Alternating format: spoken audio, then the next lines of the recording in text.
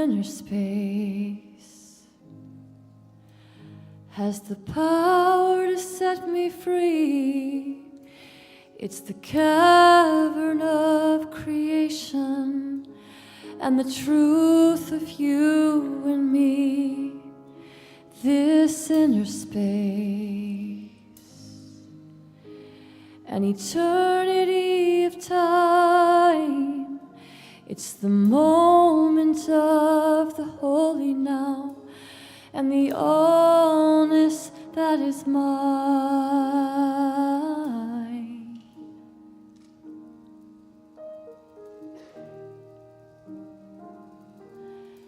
This inner space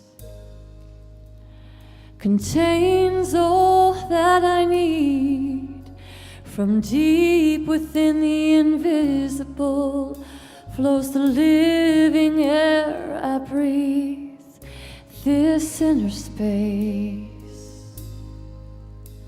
is flowing in my bones. It stirs my heart, it stirs my mind, and every prayer I've ever known.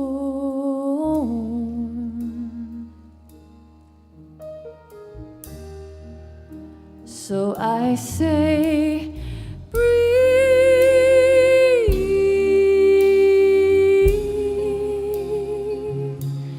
just breathe.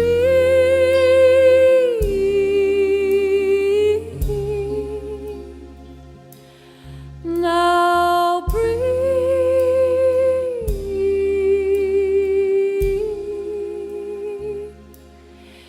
This peace,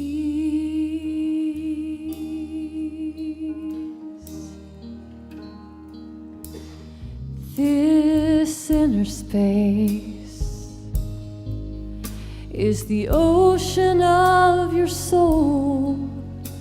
And when you feel most broken, the truth is you are whole. This inner space connects us one to all.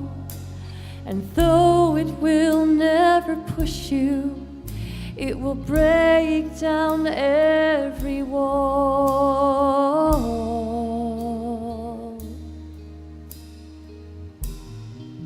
So I say, breathe,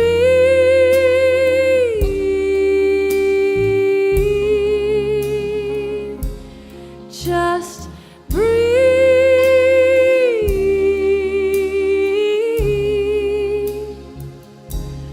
Now breathe.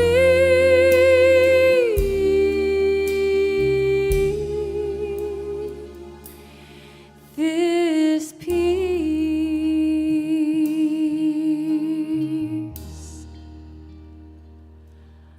for this inner space invites us to renew.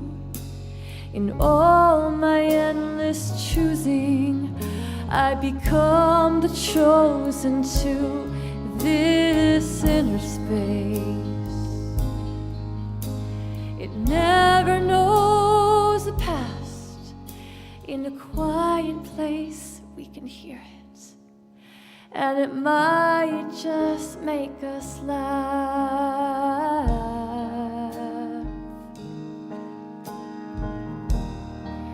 So I say, breathe,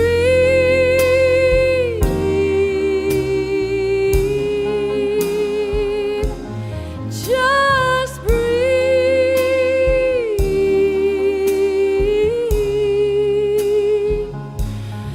Now breathe.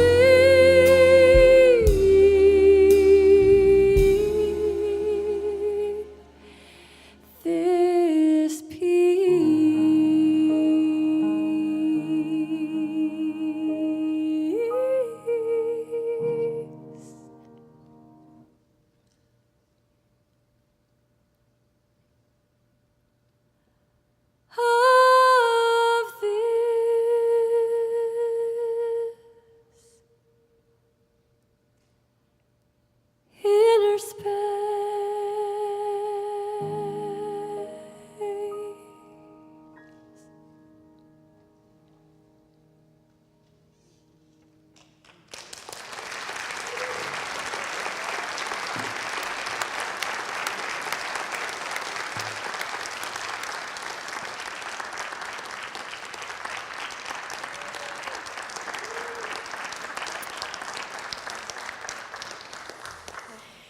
Thank you, Marcy, for sharing your gorgeousness with us, for traveling and coming in from out of town.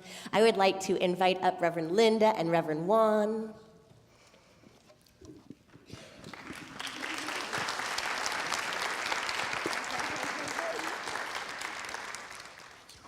So, if you have not yet, if you have a question, write it down. If you have one, our ushers are coming through right now to pick them up. If you get one during the service, feel free to write it down and just raise your hand or walk back to an usher and they will get it to you. But you didn't know probably when you woke up this morning that you were writing the talk this Sunday, but you are. Not only are you writing it with your questions, but you're writing it with your consciousness. Do you know what I mean when I say that when you walk in the doors of Unity, you feel like someone was eavesdropping, like I'm Alexa in your house, like eavesdropping on your conversations, on your thoughts? Have you ever felt like that? Raise your hand if you have. I believe that is because we are all swimming in the same sea of mind. We are all swimming in the same sea of consciousness. So what is up for you is up for others. What is in your perception, what is in your experience, in your life, is in the lives of others. There is probably no greater gift in ministry than to be able to be present to all of those things in consciousness that swirl around. And if you could share with everyone, oh, this is happening here, and let everyone know how everything links in and how we're moving the same energy, how we're moving through the same energy, it would be a gift. But that is one of the gifts, I think, of ministry. So I want to just thank my friends for being here with us this Sunday, and really thank Silent Unity for being in the house. I just want to say I'm so grateful to be here. We're so and glad to have I'm you. here not only to see what questions arise, but hear our answers. And I just want to let you know, it was so sweet to see you carrying your daughter. So I have a question. Yeah. Do you think I could do that at Unity on the Bay with my 6-year-old son? Absolutely. Do you think might he'll need let a carrier. A really sturdy carrier.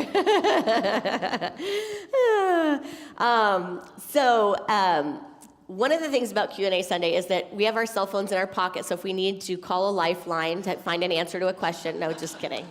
That was from a show a long time ago. Do you remember that? You could call and get some help. I did that my first time. I had a minister friend on hold so that I could call. I just thought it was fun, really. But all right, here we go. Yep, go ahead, grab them. I want to start with this. Before we do our first question, I want to start with a reading from Sig Paulson. A lot of times when people talk about prayer, and these questions don't have to be just focused on prayer, but that is our theme. And so whatever you have, bring it on.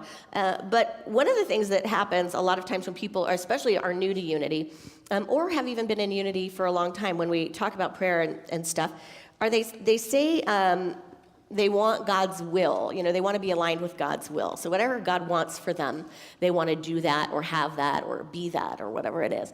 And so I want to give you this from Sig Paulson on God's will, because that can confuse a lot of people. And you can sit there in prayer over and over going, tell me God's will, tell me God's will. And sometimes you can end up short, going, well, I'm not getting the direction I'm supposed to go. I'm not getting my answer of what God wants me to do. He says this about the will of God in How to Love Your Neighbor. He says, as you continue to love, to contemplate, to experience the universal creative spirit of love, light, life, and laughter, the realization will dawn on you that this creative spirit has a will, a plan, a desire. The will of this creative spirit is self-expression or individuation. The will of the Creator, and therefore of the activity of the Creator, is always to give the infinite nature of good into and through its creation. This is a key point, because this is different than a lot of traditional teachings in religion and in Christianity, where there is the idea that God has specific tangible things, like, does God want me to go here or go there, buy this or buy that? Does God want me to say this or say that right now? This is a different take on the teaching of the will of God. The Creator is always pouring the energy currents of love, life, light, and joy into the universe created to receive, experience, and express them. As your awareness, understanding, and working knowledge of the will of God grows and unfolds, You will find yourself loving the creative spirit of life, love, light, laughter more deeply and completely and powerfully than ever before. Your love affair with God will be an unfolding process rather than an activity you are attempting to force upon yourself from following outer rules and regulations, as good as they may be.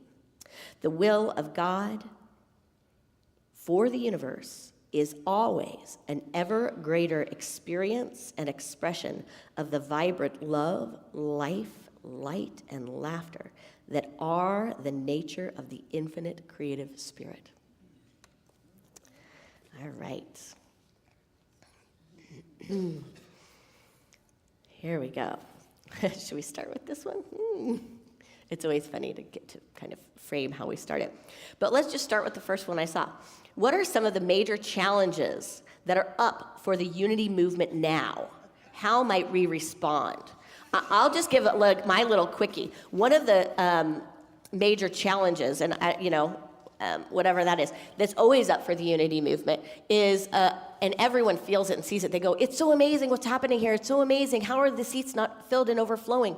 Well, one of the things, the interesting things about unity is that we are not very evangelical. We don't believe that people have to be here or need to be here, so we don't go out and get people. We don't have anything that guilts you if you decide that your prayerful morning is to stay home and make breakfast or go on a walk with a friend. If your consciousness directs you to be doing something else on a Sunday morning, we're there. That does pose a challenge, because that can pose a challenge in keeping our ministries open. Imagine AA communities, and imagine if the moment everyone got help, they didn't show up anymore. There would be no one to keep the doors open and sustain. So one of the greatest challenges I see in our movement is how do we, without any guilt, without any shame, without any coercion or thinking you need to be here, teach that same power and that same energy that AA communities have, and all the recovery communities, where people are committed. They're like, I am going to be here to keep that place open, even if I don't need it that Sunday. And that still means if you're guided to go on your hike, you go on your hike. But how do we transform that so that we are thriving and that our spiritual community doors aren't open? So the second that you're like, not breakfast this morning, I really need a message. I really need my brothers and sisters that are sitting right next to me in that sanctuary. And you don't knock on the door and realize, oh, it's not there because I was drinking so many lattes and I forgot that they can't stay open unless I'm there. So anyway, it saddens my heart when I hear of Unity Centers closing.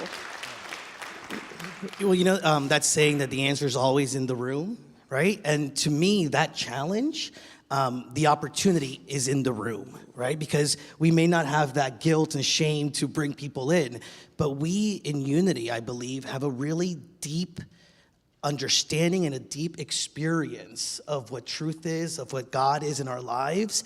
And so when I say it's in this room, it's because we have all had those experiences. And it's those experiences that not only can bring us back, right? We want to experience that again. We want to feel more into that. But it's sharing those experiences that connects with other people and can really invite individuals into a closer walk with God, into a closer walk with each other. So I just, when I hear about that challenge, and a lot of times ministers have that conversation, for me it's, what is the congregation? What is the community speaking about? How are they sharing their experiences? And how are they the ones that are reaching out to share and to bring people to this understanding? Awesome. Authentically, organically. And I'm so in tune with what you're both saying, but I also have a framework from my position. What I see is also the dissemination of the unity message to a world around us that is increasingly non-religious in its preferences, increasingly has been healing the wounds from like early religious training in many cases, right? And increasingly needing to hear or looking for a message, but in the language of a universal expression of the unity message is a universal message. It's universal truth. But how can we be relevant in the way that we spread that message in the world today? That's why Silent Unity, for example, is using more technology, right, and trying to be relevant in a world that increasingly is calling for spiritual knowledge and understanding and meaning making in very different ways than in the way of the past. So we have lots of opportunities. Opportunities, good. And I invite all of us too to meditate on how we might respond to what you think are the issues, and then what is yours to do about that, because we are the unity movement. You know, there is no movement without everyone who's sitting here and in every sanctuary and reading every book. The next question, is heaven and the spirit realm the same thing? Are heaven and the spirit realm the same thing? The second part is, will being God-centered and a good person take me there when it's my time? Can I just say, I actually saw that one in the basket, and I saw that it was open, so I said, if I have to pull one out, I'm going to do the ones that are folded. So you don't psych yourself out. Well, my very simple personal thing, because really this is a personal answer to this question, because my big response to that is, well, who knows? Who knows? I mean, whatever I say is what is so for me in this regard, because this is the mystical reality, that area of personal knowledge that comes from a deep-rooted spiritual understanding. And so for me, I don't have a construct around that, truthfully, I don't. And I absolutely don't regard, and many people, even the Pope, the Catholic Pope says, heaven and hell, they're not actual locations any longer. So in an increasing awareness of the non-locality of spirit, wherever I am, God is. We teach that. Wherever I am, God is. And so that heaven is now. There's no place to be later. And the place that I'm going to be later in consciousness is the consciousness that I'm building today. That's where I will eventually be, is where I'm going in consciousness. And I'll just add, there's quite a bit of questions that I actually don't really ask myself, right? Like the idea of the spirit realm, the idea of where we go after this experience. I'm not that invested in those answers, because I'm much more invested in this moment, in how I am living my life, how I'm creating heaven on earth for me, and what that experience is about. And I realize that sometimes I can get lost in these questions and really be in the mind about it, when all I have to do is just live from the heart. And that's a journey. That's a journey in itself, right? Yeah. And that to me is enough to work on. Cool. And I would say for me, heaven and the spirit realm being the same thing.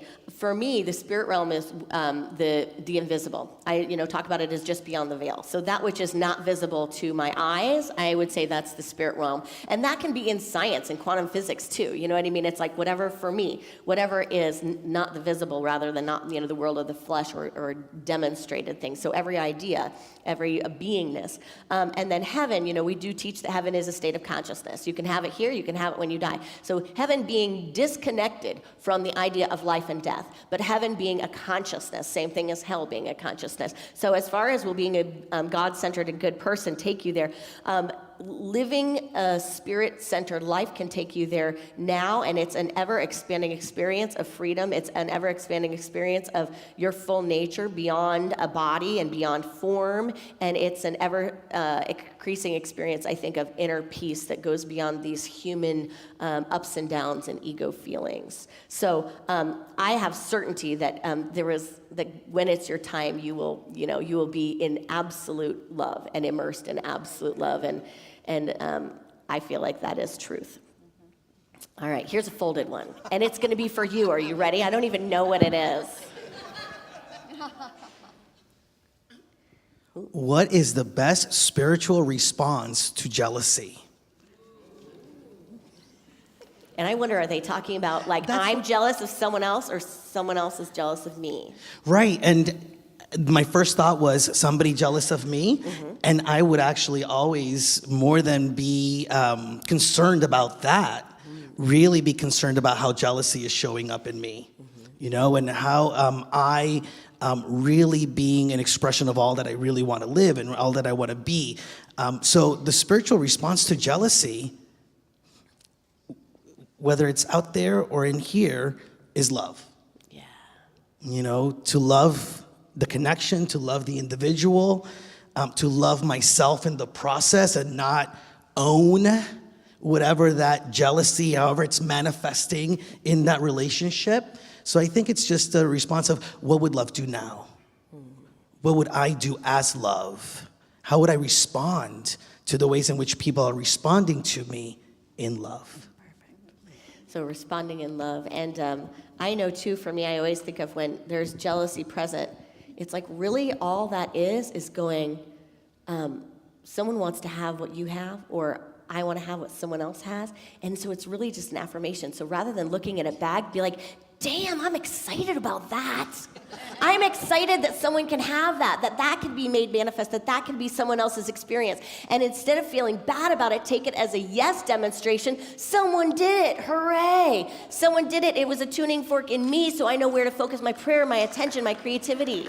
Right? Be like, So just take that jealousy, whether you feel it in yourself or someone else, and flip it. And so as far as someone else too, that's like, how can I support you? Because there is something tingling in you that is vibrantly alive. It's taking the form of maybe throwing me through the ringer right now, but that's okay because you're waking up. That's awesome. That's awesome. And when it's me who's the jealous one, when I'm having a moment of jealousy, then I'm just seeing it as another expression of lack. It's an expression of not enough-itis, is what I like to think of it as, right? And the remedy for that is always going back to the truth of abundance, the truth of that there can be no lack, because wholeness is my name, right? Yep, and it tells you what to focus on, doesn't it? Yes. It tells you what you might not be paying attention to. That's because right. probably That's if the right. feeling of jealousy came up, it's like, I am not honoring one of my desires. I am not honoring a calling. I am not honoring something inside that's drawing me. I'm not giving it the priority or the attention or something like that. Right, that's right. To be in abundance That's right. with it. That's right. Okay, this one, I want to have us just take a breath for someone's calling out here with the words terrible loneliness.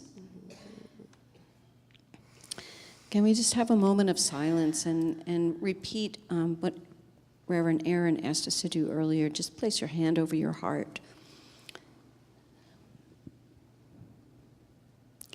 And may, in any moment of terrible loneliness,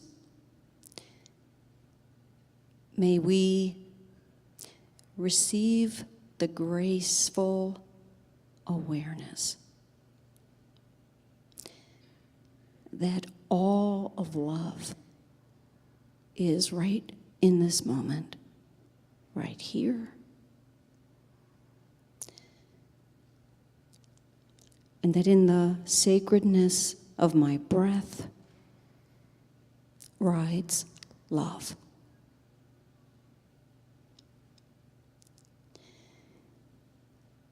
May I experience that love as a pouring in of breath.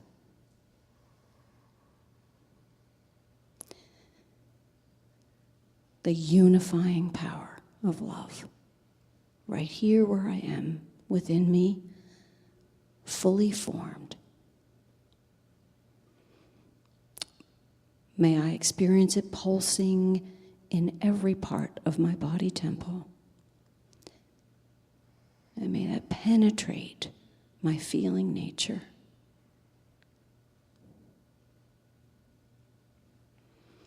So that in my outgoing breath, I pour it out as if I know it is inexhaustible.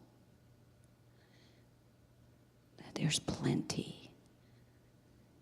And in the breathing out of that love, I embrace and enfold all those around me, so that I no longer refer to them as other.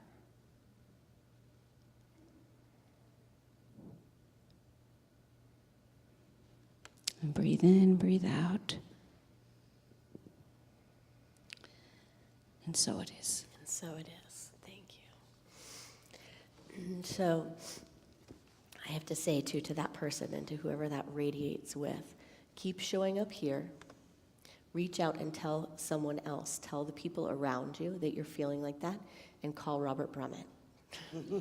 No, seriously though, on our website we have a spiritual care and support team, and Robert Brummett is one of the most masterful supporters, because one of the things about a feeling of terrible loneliness or anything that is so intense you can hardly hold it in your body is the practice that balances. It's like our Zen unity practice, and it's about not running from things, but being able to just be with what is, and he is masterful at supporting that.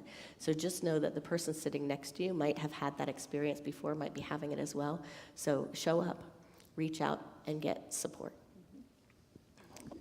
How can I live and love from 100% Christ mind without sacrificing the sarcasm my body self enjoys? This question is so me. But it enables cynicism, which holds no love. You could do what I do. I pick a couple of people, and I am just the nastiest, craziest, weirdest person with just those couple of people, and I tell them this stays in the vault. My other job would have been to be a comedian, like kind of a weird one, you know? I tell myself, like I do cancel kind of things with myself. When that stuff comes up, I just see it as a non-reality. The truth is love. And so if I find myself speaking things or saying things or thinking things that are inappropriate, inappropriate. It's all the time. I also flip it, and I, kind of clear my real intention. So one thing that helps me, and this is scary, are you ready? One thing that helps me is to engage in the possibility, like one of those cool heaven and death movies, that at some point we all hear each other, and we can all see each other, hear each other, and know everything we're saying. So what I do in that moment is I realize whatever cynicism, whatever person, they hear me, you're naked in front of everybody. Here you go. And so then I speak my truth into that. Like, thanks for being patient for me with my crazy mind and whatever. And then this is what I really think. This is what my core thinks. You know what I mean? So I just engage that as truth. But it is important to disconnect some of our nastiness, really, because it's an addiction. And it's an addiction to entertain by that. It's an addiction to get out of our own, it's a way of, disconnecting from our own self and our own feelings and our own work. And it's, kind of a poor form of entertainment to really be, deep sarcasm or cynicism. So just being present to when it's that or when it could be hurtful, and just imagine that there is a megaphone on you all the time. And so what would clear that space? Because I'd be fine with someone finding out, whatever cynicism or sarcasm about me, as long as they know, they're, it's like, Erin, but you're good with me, or world, whatever it is, so. Everything you said. I remember actually when I first came to, a few years after I began my journey in unity, I was shocked by the amount of people that came up to me to tell me, wow, you're not as sarcastic as you used to be. And I didn't realize just how sarcastic I had been in my life. And so I'm really grateful that actually through the process, without even being so intentional about it, as I was becoming more at peace with myself, that it was just being expressed that in my language, in my joking, now, as the Unity on the Baby people know, I'm now just corny jokes. But it just happened naturally to me. So I love the fact that somebody can also just take a moment to become aware of that and aware of the power of the words, not only in the connection with the other individual, but what that does internally, right? What that does internally, because as you said, it's a reflection of something that's going on within us that is addicted. And I think what we're looking to do is to become free of those addictions, of some of the ways in which we have been that aren't truly expressing who we have come here to be and who we believe we are at the core of our being. Yes, and in ministerial school, we actually get training on humor. We have to take a deep look at our humor styles and what we laugh at, make fun of, all those kind of things. And it is an awakening, because you do recognize that you don't want your humor style to be at risk of someone else's peace, happiness, or wholeness. And so you cut that out. It's just not worth it anymore. And you find everyone can laugh at ourselves. I mean, we have a lot to laugh about at ourselves and just the human condition. So I think things become more universal and less like the kind of stuff that really is not healing on the planet. What were the breakthroughs in your lives that brought you to unity?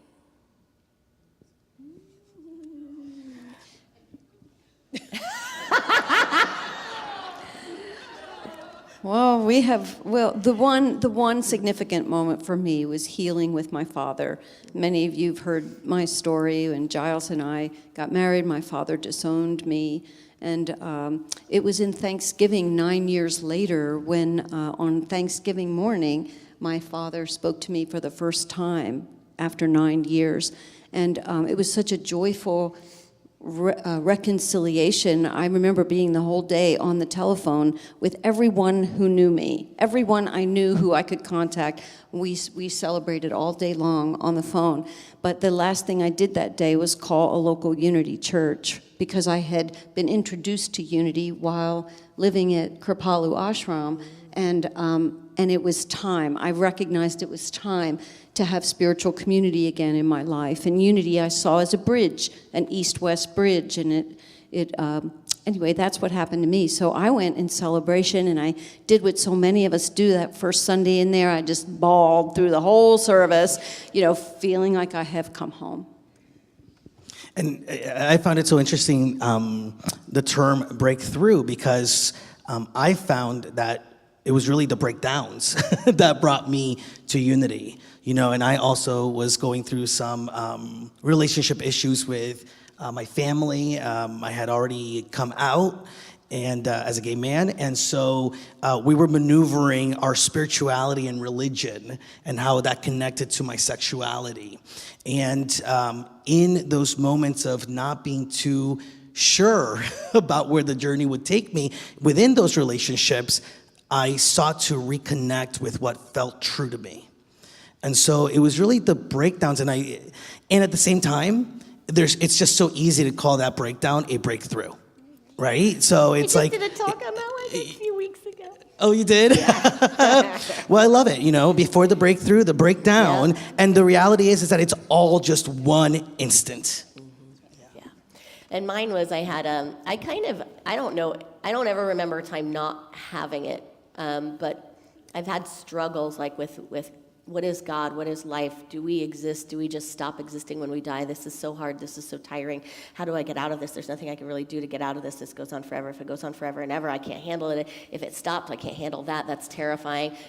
I was an intense kid.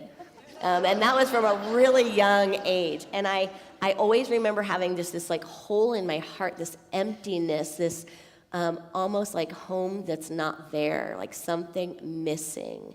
And I had a long relationship, a 10-year relationship throughout junior high and high school. And I went to college, and we went to separate colleges. And in college, everything kind of came to a head as like the dark night of the soul kind of experience of just whatever my patterns were that were keeping me down, the depression, the emptiness, the loneliness, the struggle, like what's my purpose here on the planet? Everything was just, and it's not like that I wasn't happy too, but there was always a magnet of pain in me. And that was what brought me to unity. I just kept church hopping until I found unity, and I realized in it through prayer and everything that I was, praying to an outside God. I grew up Catholic, and not that it's a criticism of Catholicism, but we were told to ask Jesus to come, and he will literally walk in and talk to you, and he wasn't talking to me. I would cry and pray and go, please, my eyes are open, like what else am I supposed to do? And I would just struggle. It was really, really hard, and it was in unity that I realized the still small voice, and that I realized it wasn't a human God sitting on a cloud that's going to talk to me in the same ways that my brain growing up would think that it was an expanded process of an awakening consciousness. So I got that in unity. Yeah. So thank you all for your questions. It feels so short. It feels so short every Sunday. I always want to go, just keep going. But we will hold on to these questions. They will be part of the unfolding sermons that come up and the consciousness that comes up. Thank you for creating such a deep and rich experience. Thank you to Reverend Juan. Thank you, Reverend Linda. And thank you.